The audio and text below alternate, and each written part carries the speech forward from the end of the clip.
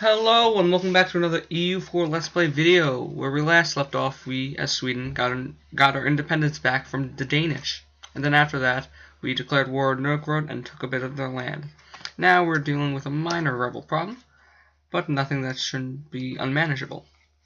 The downside is our armies are in the south, and it's going to take quite a while for them to come back close enough to deal with the army. I'm going to accept this royal marriage request in the off case that we can become or get on the throne of the English. Granted, right now we're not, but eventually we might be. So that's good to know.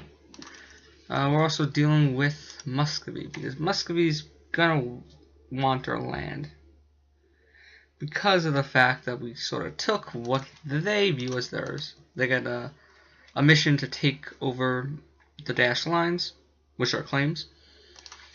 And so we're not making them happy, but in the meantime, we're going to try to make Poland. Ooh, Poland wants an alliance. Now this is big because Poland is also in charge of Lithuania. They own them, basically. They're dealing with some rebels as well, but if they are on my side, they can help me against Muscovy. And because Muscovy is, I believe, one of their rivals, yes, they are. So that is very good. On the right side, this rebel army hasn't moved much. So, once my army comes in, it could just, destroy it. It's an open terrain. Open terrain is the lightest color. It's farmlands, I believe. I'll just check over. It is grasslands. The dark green is woods. Brown is mountains. Light brown is hills. And so on and so forth throughout the game. You could just hover over it to actually check. I'm going to get some stability. Stability helps with the modifiers that it's in drop down, so that's very helpful. Now, okay, so I'm not going to get there in time, and also I don't want to attack into it because it's mountains. So I'll just wait and see where he goes with that army. Right now I'll just siege this down, and with my remaining diplomat, let's look at who rivaled Muscovy. Only Poland. Okay, that's not great. It's not bad, but it's not great. So because of the fact that I'm allied to England, and I want to remain this way because England's quite strong, I'm going to probably get at war with France at some point because France and England have a rivalry, considering England owns this and France owns that. So yeah, looking back, the rebels haven't moved yet. I'm going to move there to try to convince them to move back to this land because they're Norwegian separatists, so they want to give Norway back its provinces. And so it would mainly try to siege the lands that I conquered. So I'm going to move in before him, so he has to deal with any negative roll on war. Granted, there was nothing, no terrain penalties, so the rebel army didn't have to deal with it, but I still conquered it, so that is good. Now that all the warring is for the most part done, I'm going to lower maintenance on the army because of the fact that it's expensive. I'll keep it up halfway, just so the army reinforces quicker.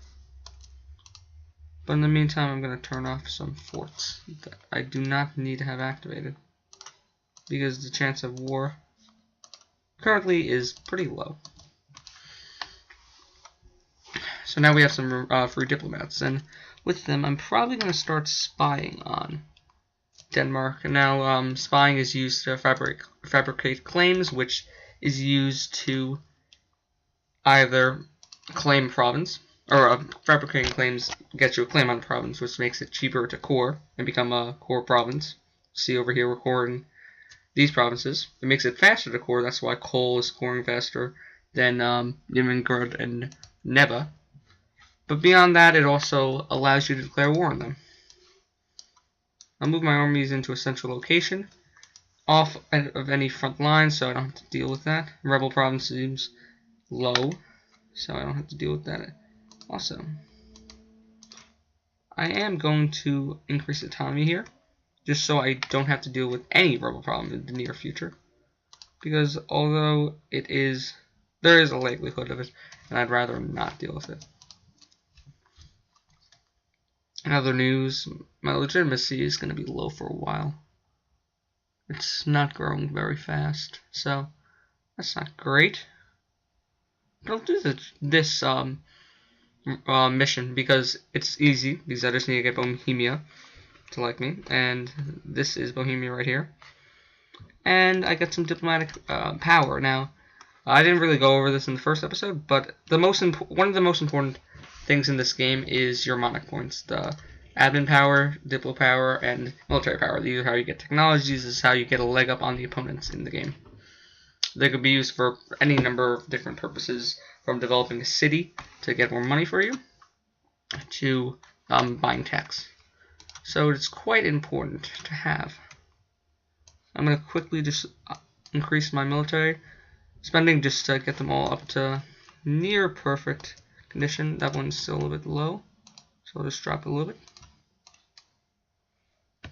And they reinforce every month, so that's why. Yeah.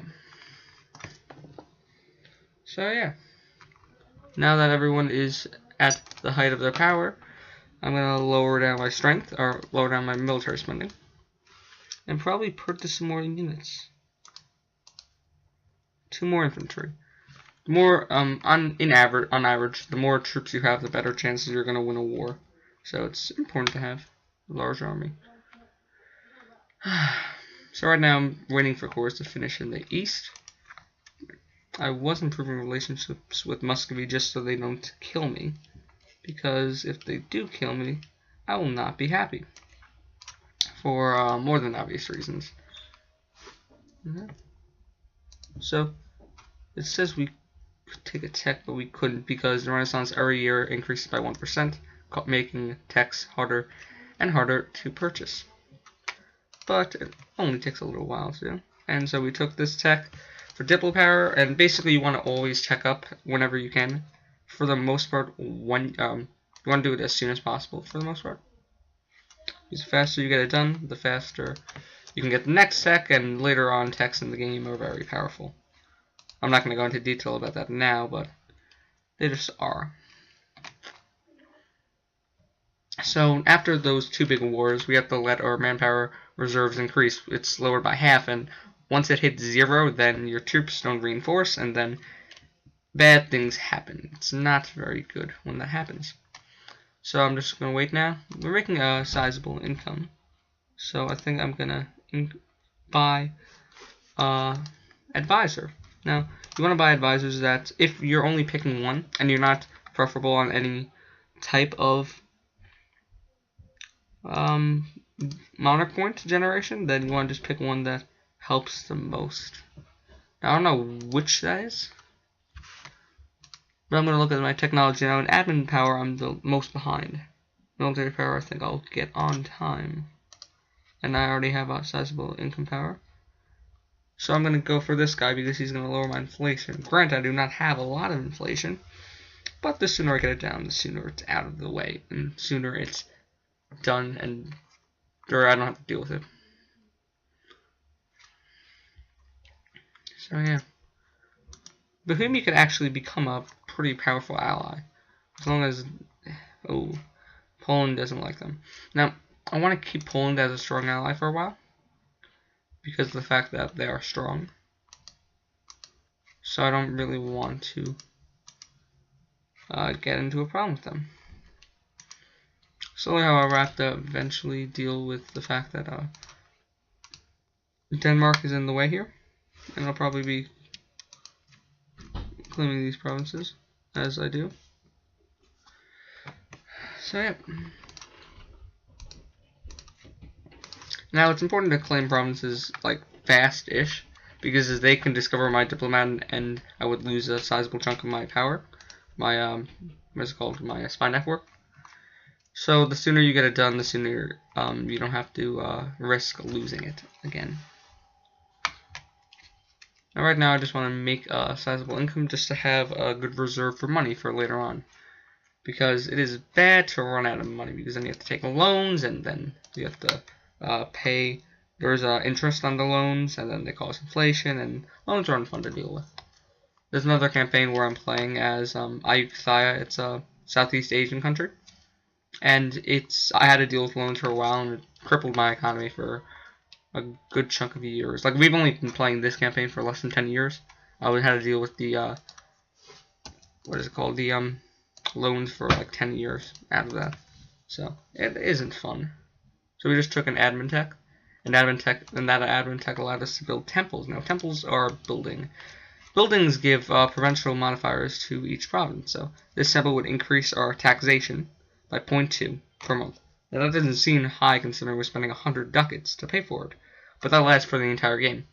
So if I spend 100 ducats now, even though I don't have it, I'm just saying, I would get 0.2 back every month as payback. So it would take 5 months to get a ducat, and it would take 500 months to pay back fully, and then I would be increasing, or I'd be getting more and more out of it each time after that point. So it's important to build buildings when you can, but once near the later half of the game, it becomes less important, but still, you want to get it done. So witchcraft. For the most part, these, whenever this type of thing pops up, it doesn't matter what the flavor text is, as long as you pick whatever modifier works for you the most. So, this is talking about the province of Canu. Now, Canu is this province right here. We do not have much in the way of autonomy. And the rest is actually here how much. It's 0.2. So if I... Okay, so I'm going to do this just so I don't have to deal with any negative modifiers. And currently, it will not affect it at all. So that's pretty good. You should always try and get like things like that whenever you have to deal with it. Or what am I saying? You should always try to get benefits out of things if it doesn't affect you much. Now I'm moving over my armies to here because the next problem I'm going to have to deal with an army-wise is going to be the Novgorodian separatists who will probably rise up in either this province or Neva. What is this? This is Ingerman something. And we just achieved our mission. So rebels only pop up in the provinces where they have a rebel chance. So if you hover over rebel factions, you see here they have a percent modifier to increase every month, which is 18.7. So it will take 2 years roughly before I actually have to deal with them. Conquer Estonia. I'm not sure what mission I want to go for now.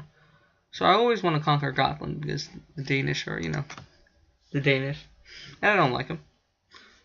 I could actually probably get Poland on the next war. I don't have too many favors with them, but I might be able to call them in. I don't have too many favors with England either, but if I conquer Estonia, Villanova. So Estonia is these two provinces. I have to go to war with him, the Livonian Order, and the Teutonic Order. Now, the Teutonic Order was just at war with Poland, and I wish I actually saw that earlier. So right now I'm just checking the army stat of the Teutonic Order, and I'm going to sort alphabetically, just to make it easier to find. Teutonic Order, they have 12,000 troops. I don't want to deal with them, because I only have 16,000. This country probably has a good chunk. A good lot of, I don't know. I might think about it. So, I'm going to retract my diplomat from England, because we're already at 200, which is the natural cap. And if I were to declare war on him, the Teutons would not join, so I'm actually going to do that. I'm going to increase my military spending. I'm going to actually move back my army, because I want to declare war on him soon, because I don't want him to join. But my army isn't nearly ready to have a war declared, so I'm going to start the war, even though I can't fight yet. I'm going to deal with Navy, or some of the navies right now. Hopefully they're not too strong. Now again, I'm probably going to just run once one of my navies seem like they're going to fall, when they're going to die. It's probably going to be this ship. And none of them fell, so that's pretty good. Now they're going to go back to Åland to repair. Now, right now they're sieging me down, and I'm fine with that. As long as I have my armies nearby and ready to fight. Let's get. Let me check this. They're not in battle, so you're in battle if you're highlighted. And I actually lost one of my ships, so I'm just gonna stop. I'm just gonna send them there to be healing. Because it's not good to like lose too many ships, because ships take a while to train up and cost a lot, a good lot, I'd say.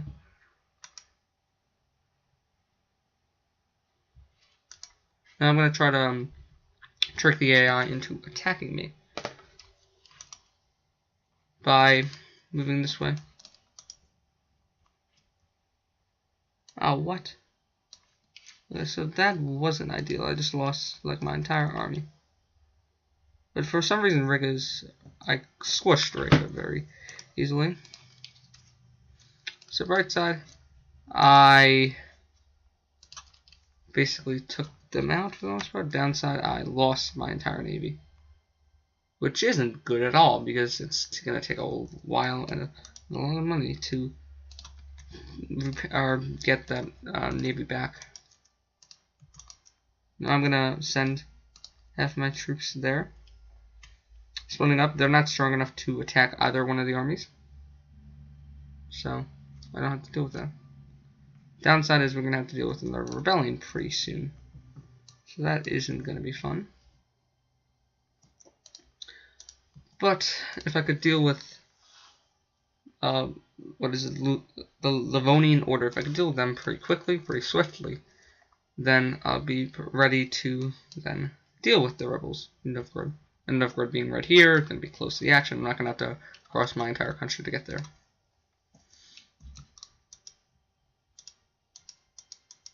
Okay, so in this game, forts block a lot of movement, so I can't go to the capital right now, even though it's right next to it. So that's a problem, but it's not that too big a deal. I'll just have to wait here. Downside is they're getting their armies back up together, 9,000 troops total, probably 2 from Riga. I can actually check that right now by hovering over the army values. Yet Riga has 2,000 infantry. So probably gonna separate piece Riga and take a lot of their money.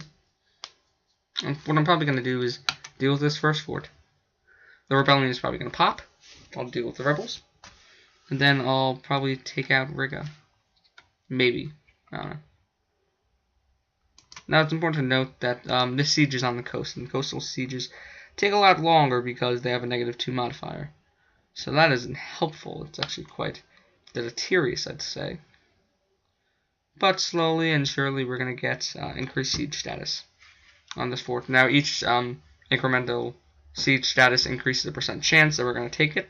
It starts at a -%, which normally isn't possible in math, but you know, why not? It's just trying to say that this should just be a 0% chance, because it's not, yeah, it's 0. But you know, whatever. So now I'm just hoping this takes as long as possible to pop. It's 20% chance each month to, yep, no, that's now. So hopefully they just go to the fort instead of to this province, and then I could deal with them. So what I want to do is I'm going to get inflation because of the fact that I have what's it called? An advisor who has anti-inflation to him. What is it? This guy, he's lowering inflation by 0.10 every month. So it's good to take it. So now the quarter reduction of Charles X. Okay, so some crown thing when he succeeded, blah blah blah. So I could either get money, stability, or autonomy. Now there's an autonomy map mode because I don't want to lower autonomy if I don't have too much autonomy in my realm. You know, it doesn't make much sense.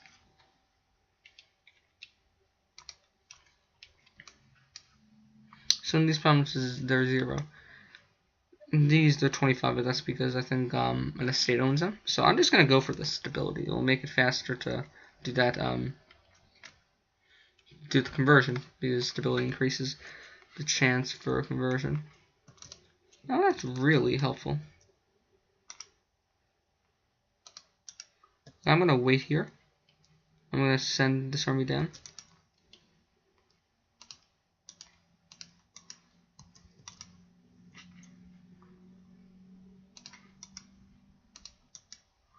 And this isn't good because he's running away, but I'm gonna send both my armies in now. And we have a new tech to get.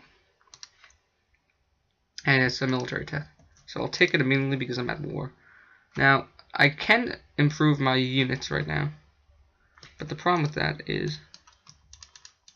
Oh, fuck.